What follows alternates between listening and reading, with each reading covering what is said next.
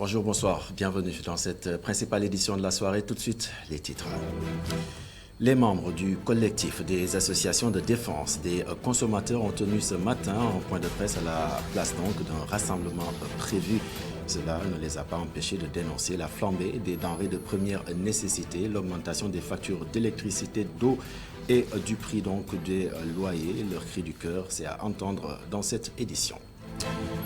E-Radio souffle sa 4e bougie ce 21 octobre et en un clin d'œil, E-Radio, à l'image des autres supports du groupe E-Media Invest, parvient à se faire rapidement connaître dans l'espace médiatique, que ce soit ici ou ailleurs.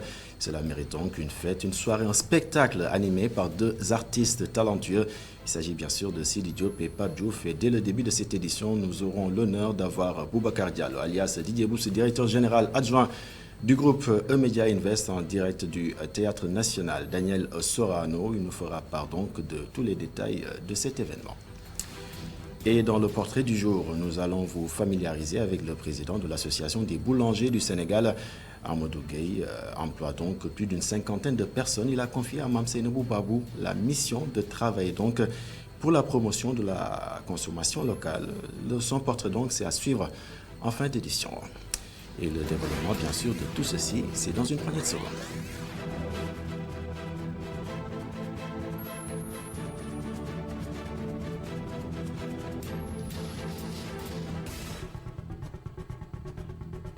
Bienvenue à toutes et à tous. Aujourd'hui, le groupe E-Media Invest, notamment donc E-Radio, fête ses 4 ans.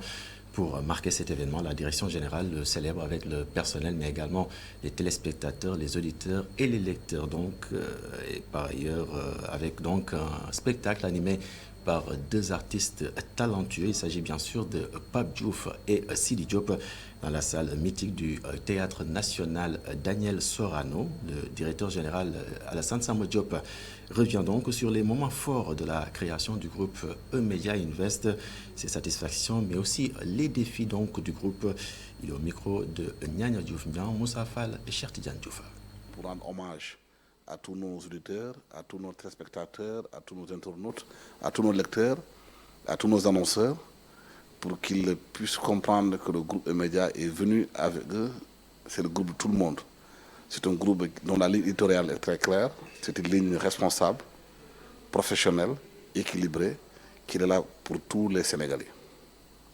Les défis sont énormes. Les défis, d'abord, aujourd'hui, nous pensons que nous allons davantage travailler pour mettre les journalistes et ceux qui vont travailler à l'aise, continuer aujourd'hui à les mettre dans de bonnes conditions. Deuxièmement, travailler davantage la digitalisation du groupe. Nous pensons à d'autres projets beaucoup plus importants dans le cadre de la formation, entre autres, parce que nous pensons qu'aujourd'hui, il est extrêmement important que les journalistes soient formés. La formation est la pierre angulaire de ces métiers. Si on veut le faire, on veut le maîtriser, il faut qu'on soit formé. Il y a de nouveaux défis dans le digital, dans les réseaux sociaux, dans l'Internet. Je pense qu'il y a beaucoup de choses, de métiers qui sont en train de naître dans le métier, que les journalistes doivent davantage être bien formés et nous pensons bien à les mettre à l'aise. Pensez aussi à une coopérative d'habitat pour ceux qui travaillent ici. Nous pensons qu'un toit est extrêmement important pour les journalistes. Et ça, c'est un défi que nous lançons aux jeunes qui sont dans le groupe, qui s'organisent davantage pour mettre en place des coopératives qui leur permettent d'avoir accès à un logement. À l'instant donc, Alassane Samba Diop, directeur général du groupe E-Media Invest. Et justement, nous allons retrouver le directeur général adjoint, Boubacar Diallo, alias Didier Boups, que nous allons retrouver donc au Théâtre National, Daniel Sorano. Bonsoir Didier Boups.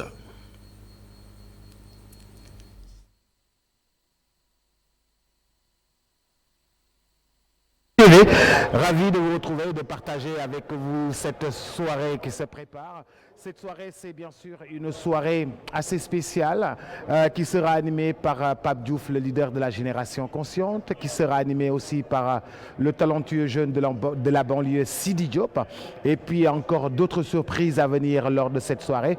En fait, c'est justement pour célébrer les travailleurs du groupe E-Media Invest, célébrer les auditeurs, célébrer tous ceux qui nous ont soutenus et nous ont accompagnés.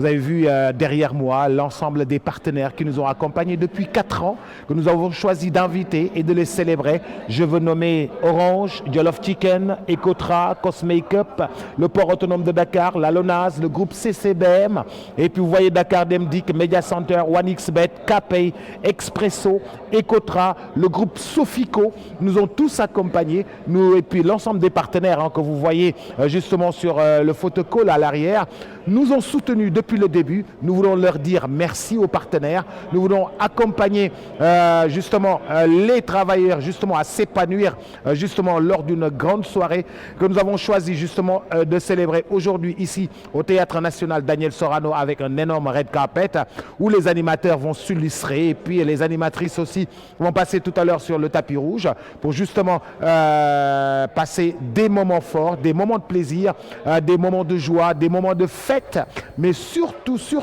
célébrer les 4 ans où nous avons apporté notre contribution, où le groupe Immedia Invest, par le biais de e-radio, a apporté sa contribution justement sur le plan médiatique dans ce pays, une contribution assez conséquente avec énormément de trophées que l'ensemble des journalistes ont gagné. Je veux nommer Papa Lunsar, Sekou Seydi, l'ensemble des journalistes, justement que nous allons célébrer ici même tout à l'heure, et puis avec Pape Diouf, et puis le fameux Sidi Doko Yengel, ce sera ici même au Théâtre National Daniel Sorano, et en direct sur ITV et sur e-radio, tout à l'heure Abdourahmane Ly.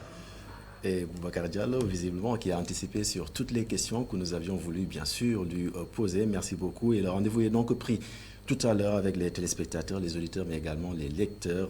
La soirée donc d'anniversaire d'e-radio, j'allais dire, du groupe Immedia Invest. Ce sera avec Sidi Diop et Pape Diouf. Et dans l'actualité, nous poursuivons donc ce journal avec les membres du collectif des associations de la défense des consommateurs qui étaient donc ce matin en point de presse, même s'il est vrai effectivement qu'ils avaient voulu donc organiser un sit-in, oui, j'y arrive, et les raisons de ce changement, la réception tardive de l'autorisation préfectorale, selon donc son président. Le collectif dénonce la flambée des denrées de première nécessité, l'augmentation donc des factures d'eau et d'électricité et du prix donc des loyers. Ces membres interpellent le chef de l'État afin que les mesures issues des concertations nationales soient respectées. Suivant le compte rendu, il est signé Alioune Sow. Une marche était prévue, mais le forum a finalement opté pour un point de presse. Le président donne les raisons. Le préfet a eu de meilleurs sentiments tardivement de nous donner encore une autre notification d'autoriser, d'organiser ce sit-in que nous jugeons vraiment insuffisant sur le plan organisationnel, de sensibilisation et de matériel. Flambée des denrées de première nécessité, mais aussi augmentation des factures d'eau et d'électricité, Seydina Alassane Sow est catégorique. Il est temps de tirer la sonnette d'alarme. La hausse illicite des prix des denrées de première nécessité, plus particulièrement l'alimentation en général, l'eau, l'électricité, le loyer, plus précisément très accentué actuellement à la place publique, la hausse illicite de l'électricité. Pour la sauvegarde du pouvoir d'achat des consommateurs, le président du Forum des jeunes consommateurs du Sénégal interpelle le chef de l'État quant au respect des mesures issues de la concertation nationale de septembre 2022. Il y avait une concertation tenue il y a un an de cela, qui était le 26 septembre 2022. Résultat constaté actuellement que les mesures présidentielles et décisionnelles n'étaient pas au rendez-vous et l'attente des consommateurs. C'est pour cela l'État, en plus particulièrement le chef de l'État, revoir la réglementation et le suivi et évaluation de ces mesures. Pour le collectif de défense des associations de consommateurs, l'heure est grave. Pour les membres, les consommateurs sont livrés à eux-mêmes, mais ils ne comptent pas se laisser faire. Et nous sommes au mois d'octobre et qui dit mois d'octobre parle bien sûr des cancers féminins. L'association Génération engagée pour la solidarité, le travail et l'éducation apporte son soutien aux femmes. Une journée de sensibilisation et de dépistage a été donc organisée effectivement à l'hôpital Gaspard Camara. Plus de 180 femmes ont ainsi été dépistées. Suivons les explications de Fatou Lo. Elle est la présidente de l'association Laobafawa et elle est au micro de Ami Diofa. Oui, on a fait appel à la presse pour magnifier cette journée d'octobre rose avec les activités de lutte contre les cancers du sein et du col de l'utérus. Un cancer qui, vous le savez, sans doute fait des ravages au niveau de la communauté, au niveau des femmes et de tous les ménages. Donc c'est pour cela aujourd'hui, avec toutes les associations sœurs de la commune, les Cœurs Unis, les Linguères de Amitié, Loxo Jigéen et Madiane Gueye, notre frère de l'association GEST, pour unir nos forces aujourd'hui pour lutter contre ces cancers qui font des ravages au niveau du pays et dans tout le monde. Ce qui nous a motivés, c'est qu'on est femmes. On est femmes et en dehors des femmes, il y a des hommes. Tous les hommes ont une mère, une sœur, une femme. Donc, de nous unir aussi bien les hommes et les femmes pour lutter contre ce cancer, parce qu'au-delà des aspects sanitaires, aussi ça fait des ravages économiques. On remercie le bon Dieu, alhamdoulilah. À l'heure où je vous parle, on a pu enregistrer plus de 180 femmes. On a aussi une assemblée assez importante à travers laquelle on a fait une séance de sensibilisation avec les Badiongor et l'assistante sociale du centre de santé Gaspard Camara et qui ont fait une très belle séance de sensibilisation. Donc on peut dire que vraiment on a réussi notre objectif aujourd'hui. Et le manque d'assainissement est un cancer à Tchaoulène. Pourtant, les bénéficiaires donc d'un programme d'assainissement, les populations de Tchaoulène à Rufisque donc rencontrent toujours des difficultés liées à l'évacuation des eaux usées et s'insurgent donc contre la lenteur des travaux et réclament des branchements à l'égout. Les détails, c'est avec Babacar Sek. Les habitants de Tchaoulène, qui fait partie du programme d'assainissement au bénéfice d'une dizaine de quartiers à Rufisque, ne sont pas contents du tout. Les travaux n'ont pas encore résolu les difficultés liées à l'assainissement. Alors, les populations sont immensément frustrées, mécontents. Les fosses septiques sont entièrement remplies et débordent sur la voie publique. Il y a aussi le problème des inondations que cela pose parce que ici, les familles payent les camions de vidange. Mais aussi, il y a les femmes qui, avec leurs bassines aussi, payent les femmes transporteuses, porteuses, à des sommes souvent vraiment exorbitantes. Ici, chaque 3 jours, les maisons payent jusqu'à 25 000 francs pour se faire vider. Les populations demandent la reprise des travaux pour enfin sortir de l'emprise des eaux. Donc nous demandons à l'État central d'impulser le dossier, de diligenter le dossier, notamment singulièrement le ministre et le Premier ministre, à tout faire, à tout mettre en œuvre afin que les chantiers de l'ONAS concernant les eaux usées puissent reprendre et se terminer le plus rapidement possible afin qu'une réponse définitive soit donnée à ce problème. Nous demandons aussi au directeur général de l'ONAS et à son équipe, le directeur des études et de la planification, M. Kader Konaté, le directeur général de l'ONAS, M. Mamour Diallo, à venir à Rufisque. Pour rappel, ces travaux rentrent dans le cadre du programme d'assainissement destiné à 10 villes du Sénégal. Et dans le chapitre politique de cette édition, le sieur Ousmane Sonko devra prendre son mal en patience en attendant donc que la Cour suprême, saisie d'un recours dans le délai légal, se prononce. C'est du moins la réponse du collectif des avocats de l'État du Sénégal aux avocats de Ousmane Sonko dans ce communiqué que vous pouvez lire. Ces derniers avaient affirmé quelques heures auparavant que le mandataire de l'opposant, accompagné d'un huissier, s'était présenté devant la Direction générale des élections afin de récupérer immédiatement une fiche de parrainage, ce qui leur a été refusé, je cite, sans fondement juridique.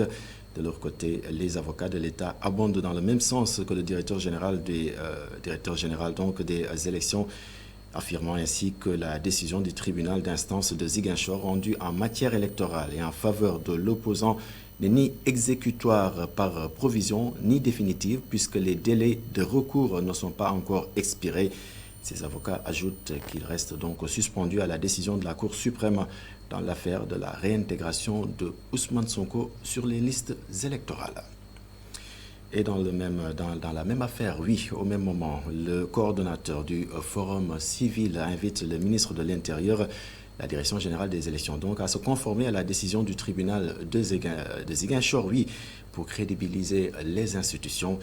Birahim Seck, qui était donc dans la capitale du Sud dans le cadre donc de la formation des élus sur la fiscalité, soutient ainsi que cette décision a un effet immédiat. Suivons ses explications au micro de Hassan Ba. Et cette fois-ci, la décision de justice qui a été rendue par le tribunal de Ziguinchor, bien l'ordonnance qui a été rendue par le tribunal de Ziguinchor, cette ordonnance n'a pas été suivie d'effet.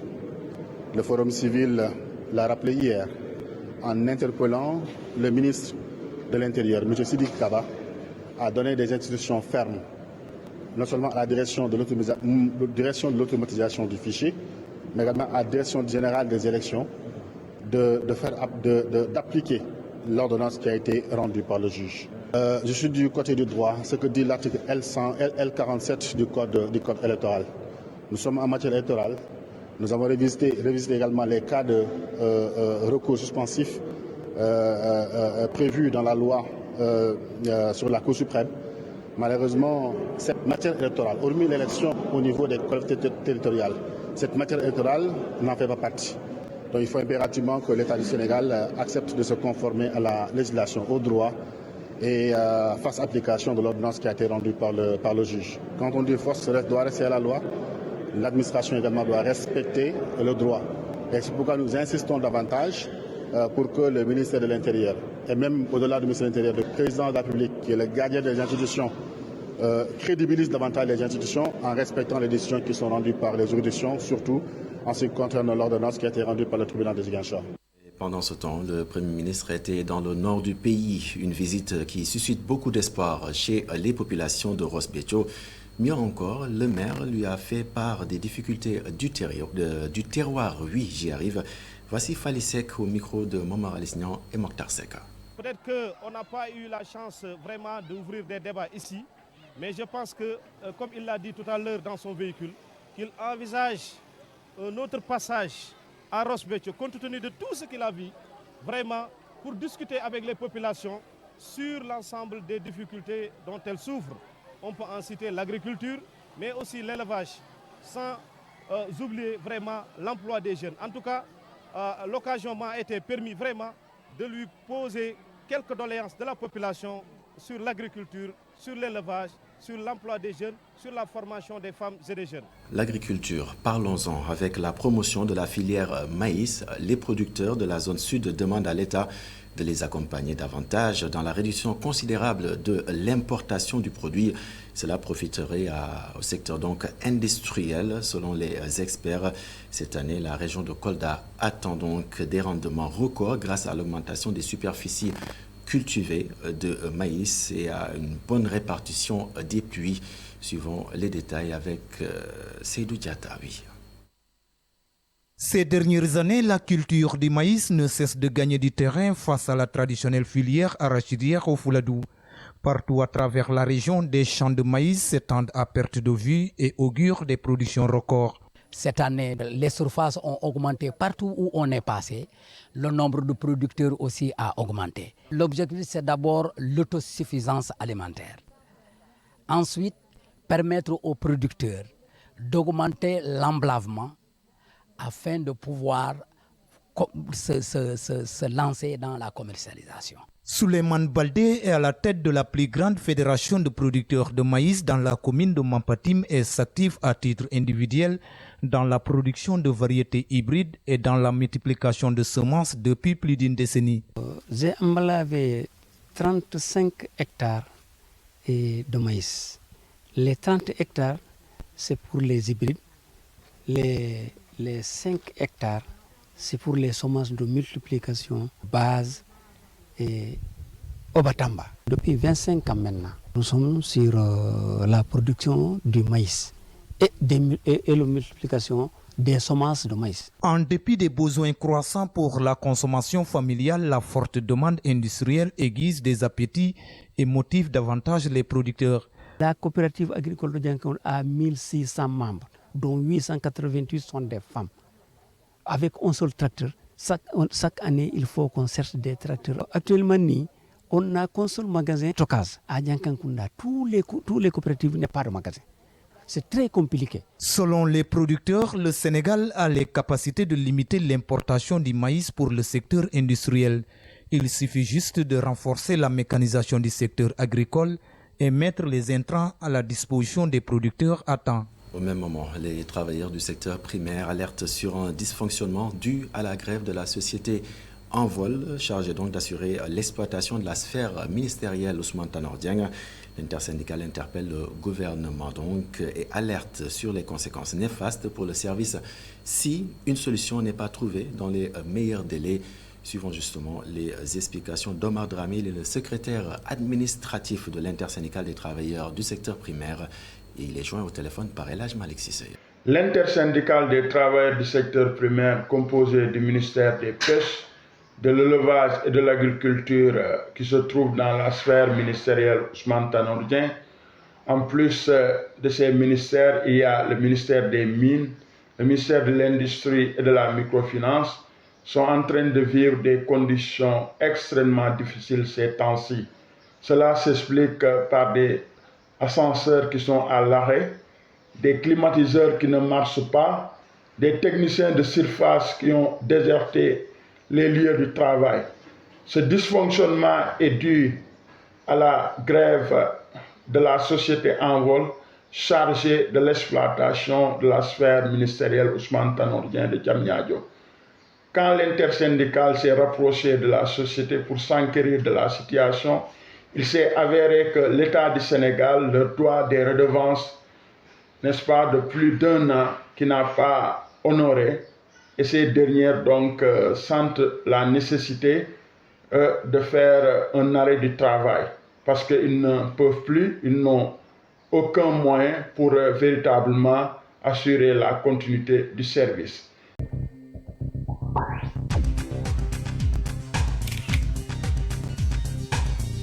On possède 3 boulangeries, une école de formation et également un showroom. Tout cela est mis donc au service du Sénégal et surtout de ces jeunes. Mame Seynabou Babou s'intéresse à Amadou Gueye. Il est le président de la Fédération nationale des boulangers du Sénégal qui évolue donc dans ce métier depuis 1988. Aujourd'hui, il emploie une 50aine de personnes et souhaite promouvoir le consommé local. Les détails dans ce reportage signé Mame Seynabou Babou.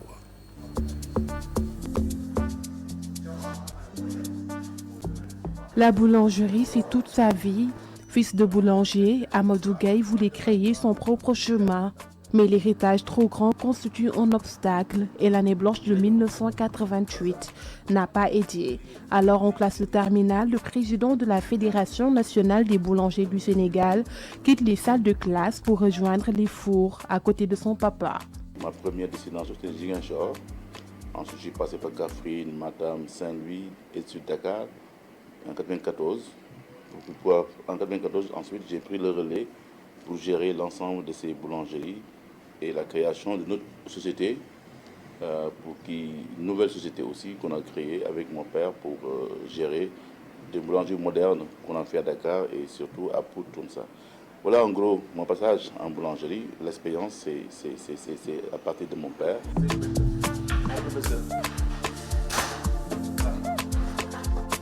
Après plusieurs années d'apprentissage, le fils prodigue décide de voler de ses propres ailes en ouvrant sa propre société. Nous sommes en 2000, un début difficile avec beaucoup d'échecs, mais grâce à son mental d'acier, l'homme arrive toujours à se relever. Et ensuite, en 2000, j'ai créé ma propre société qui évolue aussi dans la vente d'équipements, d'ingrédients comme la levure, les améliorants. Donc j'ai fait beaucoup d'investissements par rapport à la vente d'équipements de boulangerie, d'ingrédients pour la levure, les améliorants. Même la farine, on a eu à importer la farine. Donc voilà notre parcours en termes de... Ensuite, on a ouvert maintenant des boulangeries avec le label El Panis pour pouvoir même travailler sur le concept consommer local.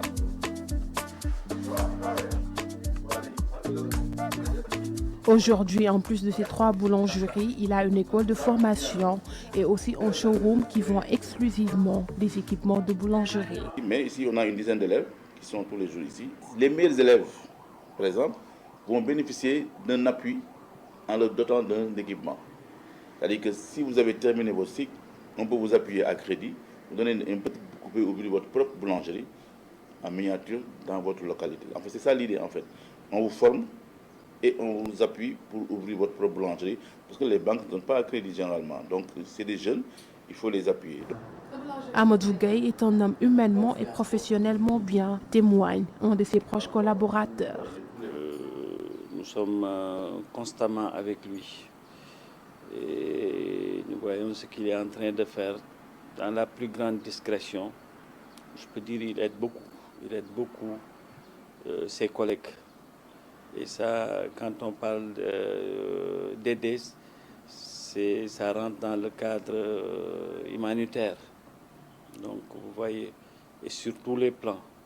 Donc, et puis dans le monde du travail, je vous l'ai dit tantôt, dans le secteur de la boulangerie actuellement au Sénégal, on ne peut pas trouver mieux que lui. La boulangerie au Sénégal est un domaine à forte intensité de main-d'œuvre. Elle regroupe plus de 30 000 personnes dans près de 1400 unités. Avec un chiffre d'affaires annuel de plus de 500 milliards de francs CFA, la boulangerie participe à hauteur de 3% du PIB. Du pain donc sur la planche, mais Amadou Gaye n'a pas peur de la chaleur. C'était donc bien le portrait signé Mamsé Nabou du président donc de la Fédération nationale des boulangers du Sénégal. C'est ce qui met en terme à cette édition. Très bonne soirée en compagnie des programmes de la télévision d'ici et d'ailleurs.